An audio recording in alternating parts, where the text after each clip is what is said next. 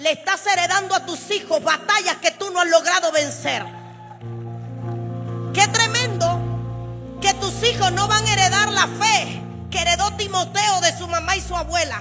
Que tus hijos tengan que heredar el divorcio porque tú no pudiste vencerlo. Que tus hijos tengan que heredar el mal carácter porque tú no pudiste vencerlo. Que tus hijos tengan que heredar la mentira porque tú no pudiste vencerla. Que tus hijos tengan que heredar la hipocresía porque tú no pudiste vencerla. ¿Sabe qué dijo Caleb? Si mis hijos van a entrar a la tierra, que entren sin gigante. Esos gigantes los tengo que pelear yo y los voy a echar del territorio donde van a crecer mis hijos, donde van a crecer mis nietos, donde van a crecer las siguientes generaciones. Yo no le voy a dejar enemigos a mis hijos. Yo quiero que mis hijos vivan en paz, porque van a caminar sobre mi victoria, pero no tendrán que vivir bajo la vergüenza de mi derrota.